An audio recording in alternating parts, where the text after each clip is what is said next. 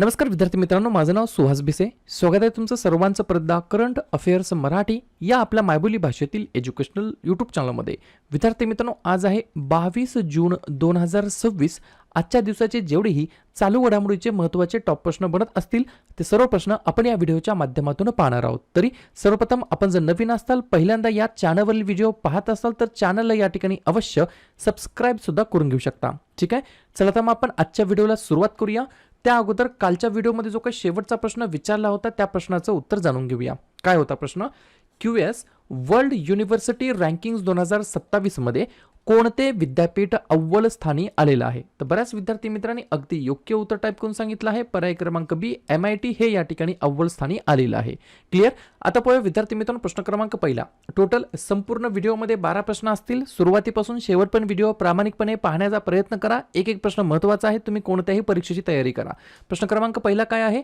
जागतिक बौद्धिक संपदा संघटनेच्या म्हणजेच विपोच्या पेटंट सहकार्य करार क्रमवारीतील जागतिक शीर्ष 20 मध्ये एकमेव भारतीय कंपनी कोणती ठरलेली आहे? प्रश्न क्रमांक पहिल्याचं योग्य उत्तर आहे पर्याय क्रमांक डी, जिओ प्लॅटफॉर्म्स हे या प्रश्नाचं योग्य उत्तर असणार आहे. लक्षात घ्या, विपो म्हणजे काय? वर्ल्ड इंटेलेक्च्युअल प्रॉपर्टी ऑर्गनायझेशन्स म्हणजेच जागतिक बौद्धिक संपदा संघटना, बरोबर. ज्याच्यामध्ये जे काही टॉप जागतिक लेवलच्या 20 कंपन्या आहेत त्याच्यामध्ये या ठिकाणी जिओ प्लॅटफॉर्म या ठिकाणी आलेला आहे. टॉप 20 मध्ये एकमेव भारतीय कंपनी आहे. या ठिकाणी जिओची जी काही झेप आहे ती खूप मोठी आहे.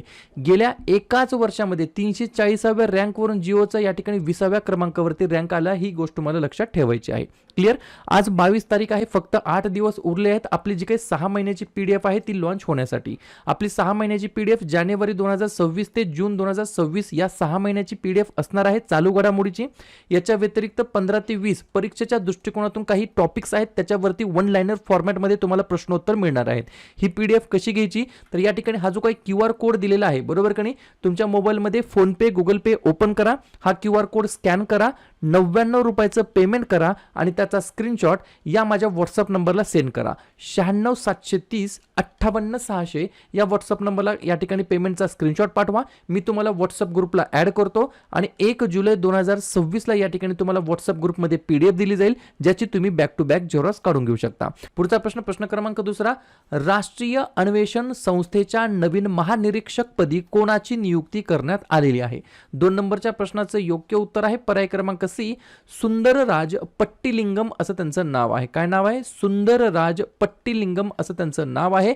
राष्ट्रीय अन्वेषण संस्थेच्या नवीन महानिरीक्षकपदी त्यांची नियुक्ती करण्यात आली आहे. ठीक आहे, प्रश्न आहे एखाद्या नियुक्तीबद्दल. तर लगेच काय करूया, बाकीच्या झालेल्या नवनवीन जे काही अपॉइंटमेंट्स आहेत, नियुक्त्या आहेत, त्याच्यावरती आपण एकदा रिव्हिजन टाकूया. नौदलाचे 48वे उपनौदल प्रमुखपदी व्हाईस ॲडमिरल अजय कोचर यांची नियुक्ती. DRDOच्या अध्यक्षपदाचा अतिरिक्त कार्यभार राजेश कुमार सिंग यांना. मुंबई उच्च न्यायालयाच्या मुख्य न्यायाधीशपदी रवींद्र घुगे यांची नियुक्ती. केंद्रीय माध्यमिक शिक्षण मंडळ CBSEच्या अध्यक्षपदी लोखंडे प्रशांत सीताराम. जागतिक बँकेच्या कार्यकारी संचालकपदी नीलकंठ मिश्रा. इंडिया AI मिशनच्या मुख्य कार्यकारी अधिकारीपदी सौरभ विजय. हवाई दलाचे उपप्रमुख बनलेत आशुतोष दीक्षित. भारतीय विद्याभवनाचे अध्यक्ष बनलेत बनवारीलाल पुरोहित. आंतरराष्ट्रीय सागरी कायदा न्यायाधिकरणाच्या न्यायाधीशपदी बिमल N पटेल यांची नियुक्ती. फायनान्शियल ॲक्शन टास्क फोर्स FATFच्या उपाध्यक्षपदी विवेक अग्रवाल यांची नियुक्ती. आणि राष्ट्रीय अन्वेषण संस्था महानिरीक्षकपदी सुंदरराज पट्टीलिंगम यांची नियुक्ती झालेली आहे.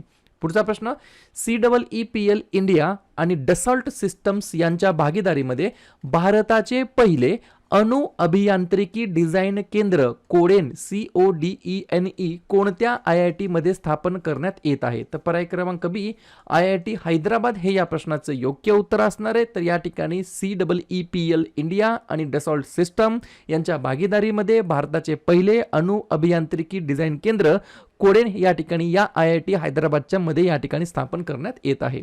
पुढचा प्रश्न, इस्रोची नवीन उष्णता प्रणाली लुनार लँडरचे कार्य किती काळ वाढवू शकते? चौथ्या नंबरच्या प्रश्नाचं योग्य उत्तर आहे पर्याय क्रमांक ए 200 दिवस हे या प्रश्नाचं योग्य उत्तर असणार आहे. मी खूप वेळा सांगितलं आहे इस्रो बद्दल बिलकुल इसरून जायचं नाही.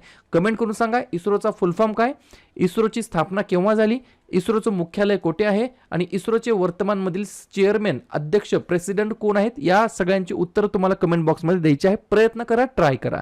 तोपर्यंत या प्रश्नाबद्दल काही माहिती आहे ते लिहून घ्या. चंद्रयान 3चा जो काही विक्रम लँडर केवळ एका चंद्र दिवसासाठी, म्हणजेच एक चंद्र दिवस म्हणजे काय, पृथ्वीच्या सुमारे 14 दिवसा इतका काळ कार्यरत होता. कारण सूर्यप्रकाश नसताना चंद्र रात्रीच्या वेळी -129 ते -200 डिग्री सेल्सिअस पर्यंत घसरतं. या कडाक्याच्या थंडीमुळे लँडरचे इलेक्ट्रॉनिक्स निकामी होतात. ही समस्या सोडवण्यासाठी इस्रोने परमाणु ऊर्जा विभागासोबत हातमिळवणी करून प्रगत कृत्रिम उष्णता विकसित केली आहे. हे हीटर अत्यंत कमी तापमानातही लँडरच्या उपकरणांचे रक्षण करतील, ज्यामुळे लँडर एकापेक्षा जास्त चंद्र दिवस आणि रात्रीच्या चक्रातून जाऊन तब्बल 100 ते 200 दिवस चंद्रावरती सक्रिय राहू शकेल, ऍक्टिव्ह राहू शकेल. अशा प्रकारची या ठिकाणी माहिती तुम्हाला लिहून घ्यायची आहे. पुढचा प्रश्न, जागतिक आर्थिक मंच म्हणजेच जे काही वर्ल्ड इकॉनॉमिक फोरम आहे WEF बरोबर, यांच्या एका अहवालानुसार ऊर्जा संक्रमण निर्देशांक 2026 मध्ये भारताचा कितवा क्रमांक आहे. 5व्या नंबरच्या प्रश्नाचं योग्य उत्तर आहे पर्याय क्रमांक डी. आपल्या प्यारा भारताचा या ठिकाणी 17वा क्रमांक ही गोष्ट मला लक्षात ठेवायचं आहे. आणि हेच एनर्जी ट्रान्झॅक्शन इंडेक्स 2026 मध्ये टॉप 5 कंट्रीज कोणत्या आहेत, तर 1 नंबरला स्वीडन, 2 नंबरला फिनलँड, 3 नंबरला डेन्मार्क, 4 नंबरला इस्टोनिया, 5 नंबरला नॉर्वे आणि आपला भारत देश आहे 17व्या क्रमांकावरती. ही गोष्ट मला लक्षात ठेवायची आहे. क्लिअर. प्रश्न आहे एखाद्या निर्देशांक बद्दल, भारताच्या रँकिंग बद्दल. तर बाकीचे जे काही वेगवेगळे निर्देशांक प्रकाशित झाले त्याच्यामध्ये भारताचा क्रमांक किती आहे त्याच्यावरती एकदा रिव्हिजन टाकूया. इंटरनेट शटडाऊनच्या बाबतीमध्ये 2रा क्रमांक, वर्ल्ड सायबर क्राईम इंडेक्स 2026च्या बाबतीमध्ये 10वा क्रमांक, जागतिक स्तरावर पेटंट दाखल करण्याच्या बाबतीमध्ये 6वा क्रमांक, जागतिक पत्रकारिता स्वातंत्र्य निर्देशांकमध्ये 157वा क्रमांक, हेनली पासपोर्ट इंडेक्समध्ये 75वा क्रमांक, डिजिटल अर्थव्यवस्था 2026 मध्ये 5वा, AI कामगिरीच्या बाबतीमध्ये 4था, लष्करी खर्चाच्या बाबतीमध्ये 5वा, शस्त्रास्त्र आयातीच्या बाबतीमध्ये 2रा, ग्लोबल पीस इंडेक्सच्या बाबतीमध्ये 127वा आणि ऊर्जा संक्रमण निर्देशांकच्या बाबतीमध्ये 17वा. ही गोष्ट मला लक्षात ठेवायची आहे. पुढचा प्रश्न, टिंबटिंब हे भारतीय तटरक्षक दलामध्ये सामील झालेले पहिले स्वदेशी बनावटीचे एअर कुशन व्हेइकल किंवा होवरक्राफ्ट आहे. 6व्या नंबरच्या प्रश्नाचं योग्य उत्तर आहे पर्याय क्रमांक सी, होवरक्राफ्ट. याच्यावरून लक्षात ठेवायचं H for hovercraft, H for H-561 minus नाही, H-561 बरोबर. तर हे या ठिकाणी काय आहे, तर या ठिकाणी पहिले स्वदेशी बनावटीचे एअर कुशन व्हेइकल आहे किंवा होवरक्राफ्ट असं म्हटलं तरी काय हरकत नाही, जे की भारतीय तटरक्षक दलामध्ये इंडियन कोस्टल गार्डमध्ये समाविष्ट होणारे या ठिकाणी पहिले स्वदेशी बनावटीचे एअर कुशन व्हेइकल आहे. क्लिअर. पुढचा प्रश्न, प्रश्न क्रमांक 7वा, जयपूरला जागतिक स्तरावर जगातील कितवे सर्वोत्तम कला आणि सांस्कृतिक शहर म्हणून या ठिकाणी मान्यता मिळालेली आहे.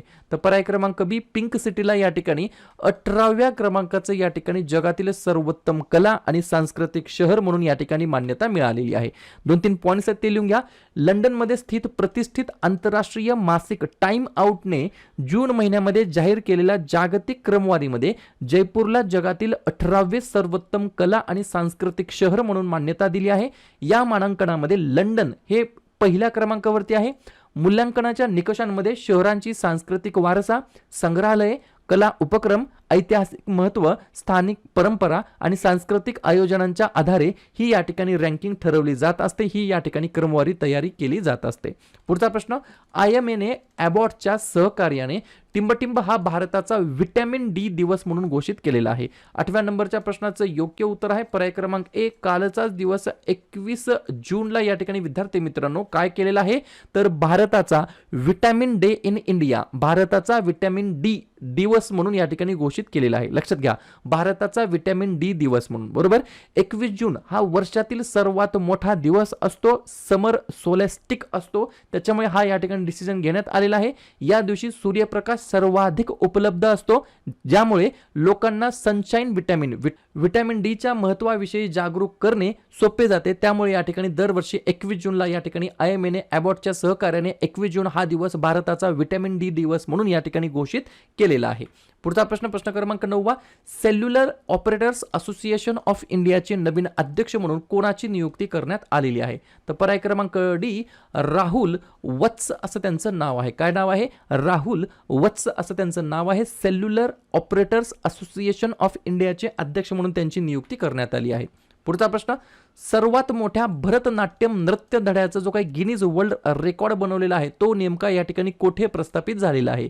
तर या ठिकाणी 10व्या नंबरच्या प्रश्नाचं योग्य उत्तर आहे पर्याय क्रमांक सी श्रीलंकेमध्ये कोलंबो या ठिकाणी पर्टिक्युलरली जो काही या ठिकाणी लार्जेस्ट भरतनाट्यम डान्स लेसन या ठिकाणी आयोजित करण्यात आला होता, ज्याच्यामध्ये सहभागी नर्तक होते तब्बल 4988 ते 5000हून अधिक नर्तकांनी यामध्ये या ठिकाणी एकाच वेळी ॲट अ टाइम या ठिकाणी काय पार्टिसिपेशन केलेलं होतं.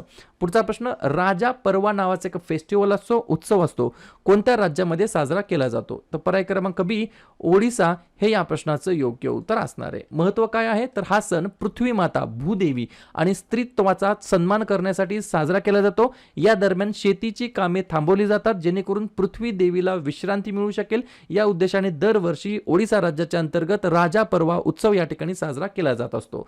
जाता जाता ओडिसाबद्दल रिव्हिजन करून जाऊया. स्थापना 1 एप्रिल 1936, मुख्यमंत्री मोहन चरण माझी, राज्यपाल हरिबाबू कंभापती, राजधानी भुवनेश्वर. 3 महत्वाचे राष्ट्रीय उद्यान भितरकनिका, सिमिलीपाल, नंदनकनन आणि 4 महत्वाचे धरण हिराकूड, मंदिरा, काला आणि इंद्रावती. पाहूया पुढचा प्रश्न, शेवटचा प्रश्न.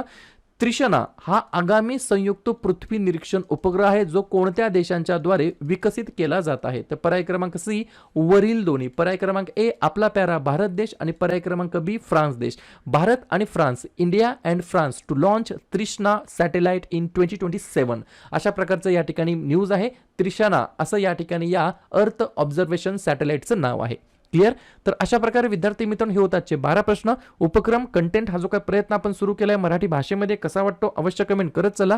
आणि तुमच्यासाठीचा आजचा खास प्रश्न 52व्या क्रमांकाची G7 ची जी काही शिखर परिषद आहे, समिट आहे, कोणत्या देशामध्ये आयोजित करण्यात आली होती? अमेरिका, फ्रान्स, कॅनडा की इटली? तर ज्या आपण विद्यार्थ्यांनी या प्रश्नाचं योग्य उत्तर येत असेल त्या प्रश्नाचं उत्तर तुम्ही कमेंट बॉक्समध्ये देण्याचा प्रयत्न करा. प्रश्नाचं उत्तर चुकू द्या, बरोबर येऊ द्या, काहीच हरकत नाही.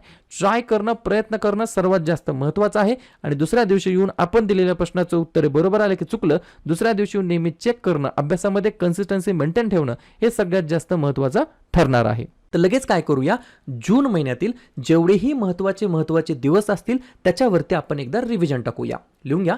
1 जून जागतिक दूध दिवस, 2 जून आंतरराष्ट्रीय लैंगिक कामगार दिवस आणि तेलंगणा राज्य निर्मिती दिवस, 3 जून जागतिक सायकल दिवस, 5 जून जागतिक पर्यावरण दिवस, 7 जून जागतिक अन्न सुरक्षा दिवस, 8 जून जागतिक ब्रेन ट्यूमर दिवस आणि जागतिक महासागर दिवस, 12 जून जागतिक बालमजुरी विरुद्ध दिवस, 14 जून जागतिक रक्तदाता दिवस, 15 जून जागतिक पवन दिवस, 20 जून जागतिक निर्वासित दिवस, 21 जून जागतिक संगीत दिवस, जागतिक जलविज्ञान दिवस आणि आंतरराष्ट्रीय योग दिवस.